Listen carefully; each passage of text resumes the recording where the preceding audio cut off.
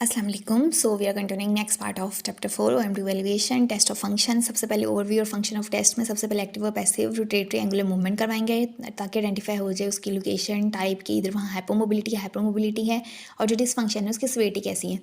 हम standard movement करवाएंगे, combined movement करवाएंगे, उसके अलावा ट्रांसलेटरी जॉइंट प्ले मूवमेंट करवाएंगे ताकि डिफ्रेंशिएट कर सकें आर्टिकुलर मसले को नॉन आर्टिकुलर मसले के साथ और डायरेक्शन ऑफ जॉइंट रिस्ट्रिक्शन पता चल जाए।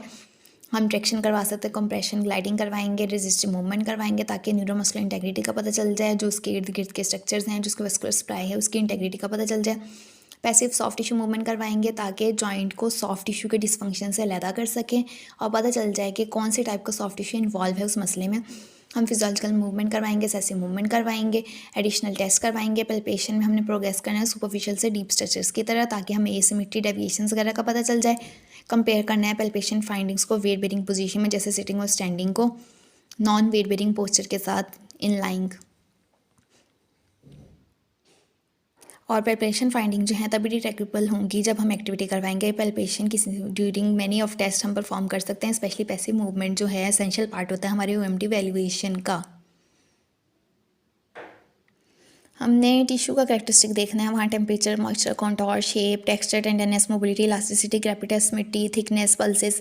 स्ट्रक्चर्स में हमने nerve, fat, muscle, tendon, ligament, joint capsule, skin और सबक्यूटेनियस टिश्यूज़, टेंडन और sheath bursa, fascia, blood vessel, bone joint space देखनी है।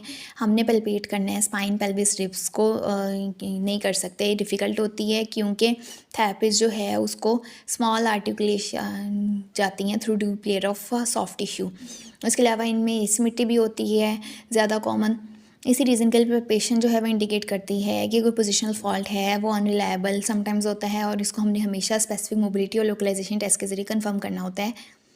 स्पेसिफिक पैल्पेशन ऑफ नर्व जो है वो हमें बता देगा न्यूरल पाथवे का, उसके अगर इम्पीजमेंट वगैरह उसकी साइट का पता चल जाएगा। न्यूरोलॉजिकल वस्कुलर टेस्टिंग करवाएंगे ताकि न्यूरो या फिर वस्कुलर इन्वायरमेंट का पता चल जाए। न्यूरोलॉजिकल टेस्टिंग में डीप टेंडन रिफ्लेक्स टेस्टिंग कर सकते हैं, मसल स्ट्रेंथ और फटीगेबिलिटी टेस्टिंग, उसके बाद sensitive testing, tension sign, girth measurement, cranial nerve examination, reflex testing for CNS pathology जैसे बेबिंस्की साइन या क्लोनस। आइडेंटिफाई करेंगे नर्व रूट सिंड्रोम्स को। सबसे ज़्यादा इंपॉर्टेंट पार्ट होता है हमारी EMT वैल्यूएशन का। Regeneration of injured nerve root जो है वो अनप्रेडिक्टेबल होती है और समटाइम अनकम्प्लीट होती है।